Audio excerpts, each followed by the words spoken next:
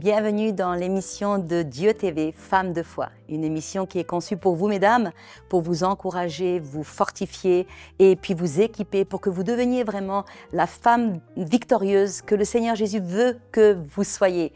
Et j'aimerais commencer une série de petites vidéos pour vous encourager sur le fait qu'une femme forte, une femme victorieuse, c'est une femme spirituelle et c'est une femme aussi qui connaît les armes spirituelles qui sont à sa disposition pour vivre la victoire. Alors j'espère que tu es bien installé, que tu as ta Bible, tu as un carnet avec un stylo pour prendre des notes, c'est très important.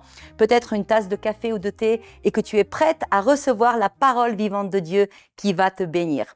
Alors, j'aimerais te parler du fait que la femme qui choisit de louer Dieu est une femme victorieuse. Parmi toutes les armes spirituelles que Dieu met à notre disposition, la louange est une arme redoutable. Parce que louer Dieu, ça signifie qu'on reconnaît qui il est, on reconnaît sa grandeur et en dépit de tout ce que peut-être nous traversons, nous choisissons de lui donner la gloire et l'honneur qui lui sont dus par la foi. Hébreux 13:15 nous dit « Offrez sans cesse à Dieu des sacrifices de louange, c'est-à-dire le fruit de lèvres qui confesse son nom. » Si tu connaissais, ma sœur, le pouvoir qu'il y a dans la louange, appliqué à toutes les situations et les circonstances de ta vie, tu ne cesserais plus de louer Dieu. Parce que la louange active l'action et la main puissante de Dieu pour agir en ta faveur. Alors peut-être qu'aujourd'hui, tu traverses le marasme, peut-être que tu es découragé, peut-être que tu fais face à des revers ou alors des blocages, des situations de ta vie qui sont bloquées et tu ne sais vraiment plus, tu as utilisé toutes tes ressources et tu ne sais plus comment faire, eh bien je t'invite à mettre en action cette arme redoutable que le Seigneur nous a laissée, la louange. C'est une arme qui va changer ta vie. La louange déverrouille l'impossible. On voit dans la parole de Dieu que quelque chose d'intéressant se passe. À chaque fois que des hommes et des femmes ont commencé dans leur contexte, dans leur situation à louer Dieu, on voit qu'il y a eu une intervention miraculeuse de Dieu en leur faveur.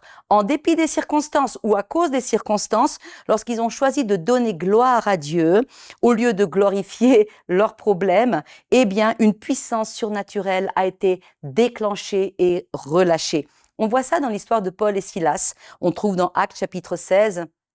Paul et Silas ont prêché depuis plusieurs jours, prêchent en Macédoine, à Philippe, et il y a une jeune femme qui les poursuit. Elle dit des choses qui sont vraies, elle dit « Écoutez-les, ce sont des hommes qui sont envoyés de Dieu, ils vous annoncent un message qui est envoyé de Dieu », sauf que la source de ce que disait cette jeune femme était maléfique, c'était un esprit de divination, et Paul, au bout de quelques jours, en a eu assez, il a chassé cet esprit, et les maîtres de la jeune fille ont été vraiment très en colère, parce qu'ils voyaient le gain qu'elle leur apportait qui était donc anéanti. Ils ont fait arrêter Paul et Silas qui ont été jugés, même pas jugés, mais qui ont été arrêtés et qui ont été battus et jetés dans un cachot. Et pour bien qu'ils soient gardés, ils ont été même jetés dans le cachot le plus profond. Et là, alors que leur dos était ensanglanté, alors que c'était le milieu de la nuit, alors qu'ils étaient en proie à des souffrances physiques et peut-être même qu'ils étaient en proie à des souffrances morales, ils se demandaient mais où est Dieu? Pourquoi est-ce qu'il nous a abandonnés? Pourquoi est-ce qu'il n'intervient pas? Peut-être est-ce qu'ils étaient angoissés, ne sachant pas ce qu'il allait leur advenir. Eh bien, à ce moment-là, quelque chose d'incroyable s'est passé. On voit en plein milieu de la nuit, eh bien, ils ont commencé à faire quelque chose qui a changé toutes les circonstances. Peut-être que Paul connaissait, et certainement qu'il connaissait le secret. On voit que le texte nous dit, vers minuit, Paul et Silas priaient et chantaient pour louer Dieu. Les autres prisonniers les écoutaient, et tout à coup, il y eut un violent tremblement de terre qui secoua les fondations de la prison. Toutes les portes s'ouvrirent aussitôt, et les chaînes de tous les prisonniers se détachèrent. Vous savez, les éléments mêmes, eh bien, ils ont réagi face à la louange que faisaient monter ces deux hommes. Et puis, on voit aussi que non seulement leurs chaînes sont tombées, mais les chaînes de tous les prisonniers sont tombées. Il semblerait que quand une femme commence à louer Dieu, eh bien, cette louange non seulement va affecter sa vie, mais elle va affecter la vie de tous ceux qui l'entourent. Ta famille, tes enfants, ton mari, tes conjoints, tes partenaires au travail. Quand tu commences à louer Dieu, que tu es une femme qui loue Dieu, eh bien, ta louange va impacter aussi la vie de toutes les personnes qui sont autour de toi. Et donc, non seulement Paul et Silas, leurs chaînes sont tombées, ils ont été libérés en quelque sorte, les prisonniers, leurs chaînes sont tombées, mais le geôlier a été sauvé cette nuit-là aussi. Voilà ce que produit la louange. La louange amène le miraculeux de Dieu.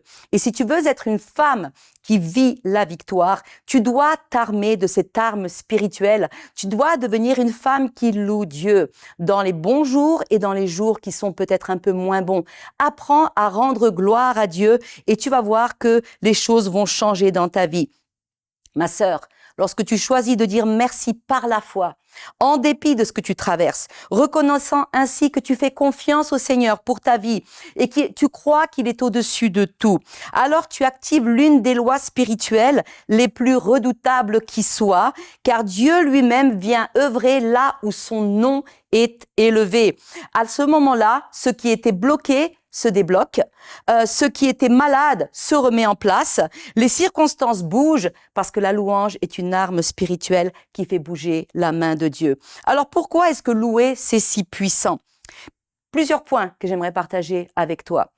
Choisir de louer Dieu, c'est choisir d'obéir à ce que le Seigneur nous demande. 1 Thessaloniciens 5:16 nous dit « Soyez toujours joyeux, rendez grâce en toutes choses, car c'est à votre égard la volonté de Dieu. » Psaume 150, verset 1 nous dit « Louez l'Éternel, louez-le dans son sanctuaire, louez-le dans l'étendue où éclate sa puissance. » Et puis il dit que tout ce qui respire loue l'Éternel. La louange est une obéissance à la volonté de Dieu. Et Dieu bénit celle qui obéit à ses commandements. Paul et Silas avaient le choix. Tout comme toi et moi, nous avons toujours le choix. Dans nos situations que nous traversons, nous avons le choix, soit juste de nous sombrer dans le découragement, parce que quelquefois, oui, c'est dur. Quelquefois, oui, je sais que certaines d'entre vous traversez des choses qui sont vraiment difficiles, des épreuves qui sont vraiment difficiles. Mais ma sœur, la louange est une arme spirituelle qui peut tout bouleverser et tout changer. Et Paul et Silas avaient le choix. Ils ont choisi, de faire ce que Dieu attendait d'eux, et cette obéissance a changé toute la situation. Deuxièmement, louer est une démonstration concrète de ta foi. En louant Dieu même quand c'est dur, quand c'est injuste, quand les hommes peut-être t'ont fait du mal, peut-être que tu as été mal jugée, mal comprise, ta louange déclare quelque chose. Elle déclare que tu crois que Dieu est au-dessus de toutes choses. Et cette déclaration de foi, ça lui donne gloire. Et alors que tu lui donnes gloire, Dieu va se lever et agir en ta faveur.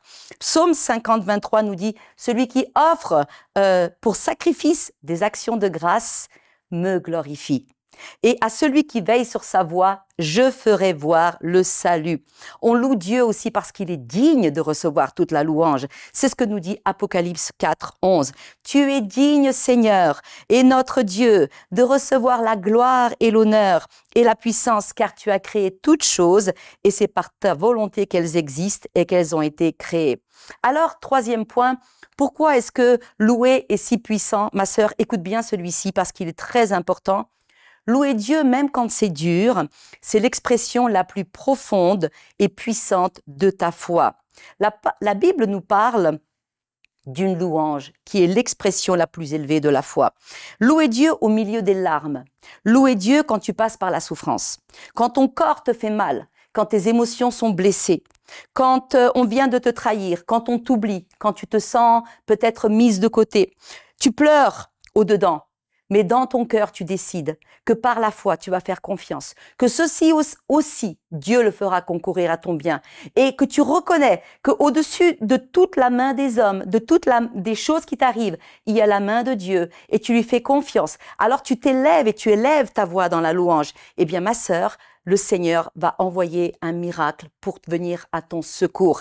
Et là, tu es en train de faire quelque chose, parce qu'au milieu de tout ce que tu ressens, tu choisis de déclarer avec ta bouche la gloire de Dieu, d'affirmer sa fidélité envers toi, son secours, de donner des acclamations à ton Seigneur. Tu es en train d'offrir des sacrifices de louange, une odeur agréable. Hébreux 13, 15 nous dit « offrez sans cesse à Dieu des sacrifices de louange, le fruit de lèvres qui confessent son nom. Et une odeur agréable est en train de monter devant le trône de Dieu. Et tu sais quoi? Les anges s'arrêtent, le ciel s'arrête, le Seigneur entend et regarde et il sourit sur ta vie et il se lève pour intervenir parce que la louange active la puissance de Dieu en ta faveur. C'est une clé pour déverrouiller l'impossible. Quatrièmement, la louange est puissante. Pourquoi? Parce qu'elle attire la présence de Dieu. J'aime tellement ce verset qui dit que l'Éternel Dieu siège au milieu de la louange de son peuple. Le mot siège en hébreu, c'est yashab. Et ce mot signifie s'asseoir, demeurer, habiter. Ma sœur, quand tu es une femme qui loue Dieu, eh bien, ta louange va attirer la présence de Dieu et qui va quelque part s'asseoir, s'installer à tes côtés. Cette présence, elle attire Dieu et elle le retient à tes côtés dans ta vie parce que la Bible nous dit que Dieu habite au milieu de la louange de son peuple. Elle nous dit que dans son temple, tout s'écrit gloire. Alors aujourd'hui, ma sœur, tu es le temple du Saint-Esprit. Le Saint-Esprit de Dieu habite en toi et donc tu es destiné à être un instrument de louange. Et alors que tu te mets d'accord pour louer Dieu, ton esprit, ton âme choisissent de lui rendre gloire, eh bien tu attires la présence de Dieu. Et là où la présence de Dieu vient, il y a toujours des miracles qui se passent. Quel est le miracle que tu as besoin de voir dans ta vie? Quelle est la situation bloquée que tu as besoin de voir se débloquer? Quelle est peut-être la guérison que tu as besoin de voir se manifester? Quelle est cette circonstance qui est plus, plus grande que toi et tu te sens impuissante?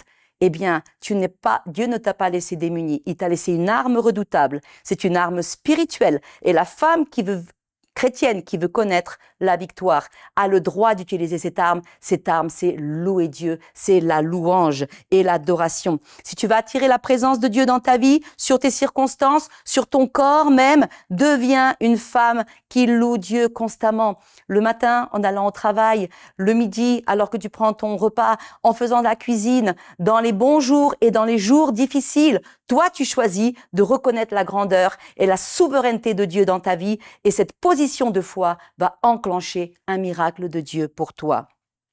Alors, j'aimerais partager un secret avec toi. Est-ce que tu connais la position de la victoire? J'ai découvert dans la parole de Dieu qu'il y a cette position qui est une position de la victoire. Et je l'ai découvert en lisant l'histoire de Josaphat. Tu connais certainement l'histoire de Josaphat dans 2 Chroniques chapitre 20. Nous sommes en 870 avant Jésus-Christ. Et Josaphat est un bon roi. C'est le fils d'Asa et c'est le roi de Juda. C'est un homme qui sert Dieu, c'est un homme qui aime Dieu. Et Josaphat vient juste de réformer tout son pays pour obéir aux principes divins. Et après qu'il ait fait ce qui était bien et juste, voilà qu'il subit la plus grande attaque contre son royaume. La Bible nous dit que son royaume est encerclé par les Moabites, les Ammonites, les Maonites. Ça en fait des noms compliqués. Et il est encerclé et ses ennemis sont trop puissants contre Josaphat et contre le royaume de Juda. Et ça me fait penser aussi que, tu sais, quelquefois, c'est comme dans nos vies. C'est dans les moments où nous sommes en train de grandir le plus avec Dieu, ces moments où nous choisissons de plaire à Dieu et d'obéir à Dieu. Nous sommes en train de reformer notre vie, de réformer notre vie. Eh bien, Satan envoie ses plus grandes attaques pour nous décourager. Alors, il n'avait aucune chance, tout seul. Et Josaphat va expérimenter le secret de la puissance qu'il y a quand on se positionne dans la position de la victoire face à l'adversité. Alors que fait-il? Il fait 2 choses essentielles que nous devons faire. Premièrement, il court se réfugier dans la présence de Dieu. Et ma sœur, quand tu passes par des moments difficiles, la première chose, cours te réfugier dans la présence de Dieu. Là, dans le secret de ta chambre, tu peux tout lui dire et tu peux invoquer son soutien et l'Éternel entend. Il a entendu Josaphat.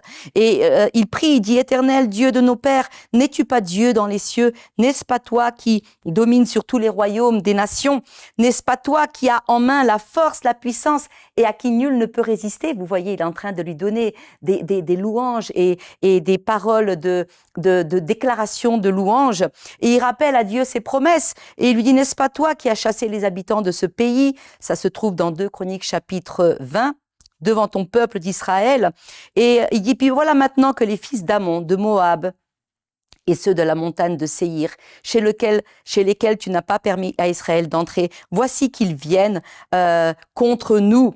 Et il dit, nous sommes sans force devant cette multitude nombreuse qui s'avance contre nous, et nous ne savons que faire, mais nos yeux sont sur toi.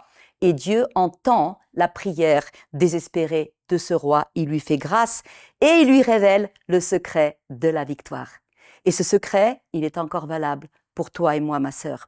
Si tu veux être une femme qui remporte des victoires, si tu veux être une femme qui est résiliente, si tu veux être une femme forte spirituellement, tu dois utiliser cette arme spirituelle. La puissance de la louange, elle est redoutable. Elle plaît à Dieu.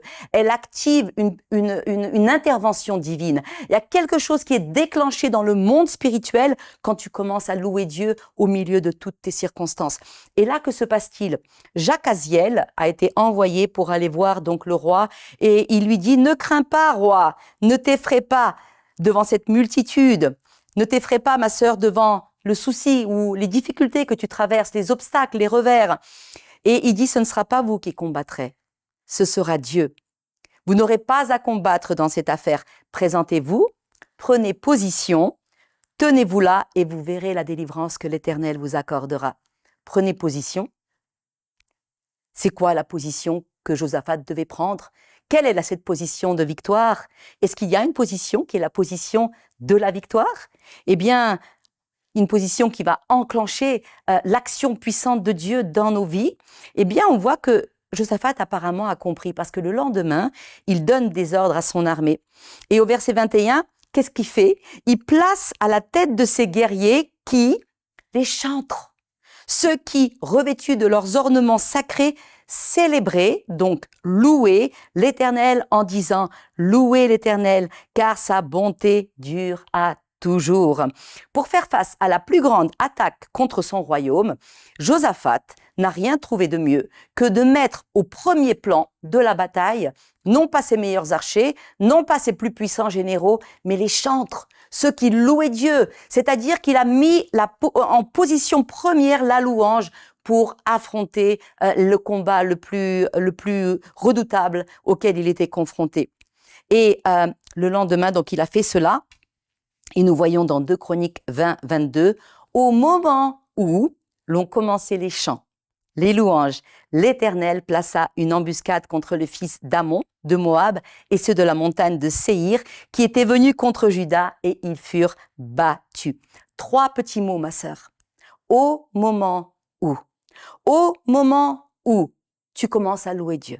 Au moment où tu commences à lui donner gloire. Tu lui dis merci Seigneur. Seigneur, tu es glorieux. Seigneur, je crois en toi. Seigneur, je crois que tu es assez puissant pour me délivrer de cette situation. Seigneur, je te donne toute la gloire. Tu mérites toute la gloire. Seigneur, merci pour la victoire que tu vas apporter à mes enfants. Merci pour la victoire que tu as pour moi. Au moment où, au lieu de rester dans le marasme et le découragement, tu choisis de donner gloire à Dieu, eh bien, cette loi spirituelle est encore valable, elle va s'appliquer pour toi aujourd'hui. Au moment où tu te positionnes dans l'adoration, la gratitude, les actions de grâce, eh bien, Dieu va intervenir dans ta vie.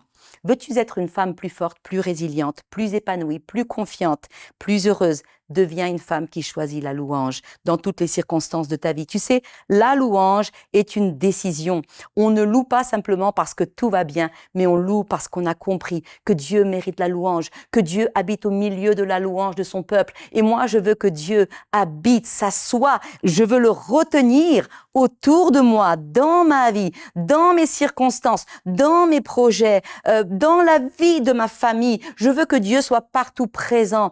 Alors je le loue de tout mon cœur. Quelquefois, vous savez, il m'est arrivé de louer Dieu avec des larmes qui coulent, toute seule dans mon bureau, en pleurant parce que je traversais des moments difficiles. Mais comme j'ai compris cette puissance de la louange, les larmes coulaient sur mon visage, mais mes lèvres prononçaient des actions de grâce. Et je disais, Seigneur, toi tu es grand, tu es au-dessus de tout, tu es digne d'être adoré, je te fais confiance. Et par mes paroles de louange, je déclarais ma confiance à Dieu. Et Dieu est assez fort et puissant pour venir te soutenir et pour venir agir en ta faveur. Alors, au moment où une femme choisit la position de la louange, il y a une puissance surnaturelle de Dieu qui est activée pour combattre ses combats, pour agir en sa faveur, pour ouvrir les portes qui sont bloquées. C'est Dieu qui combattra pour toi.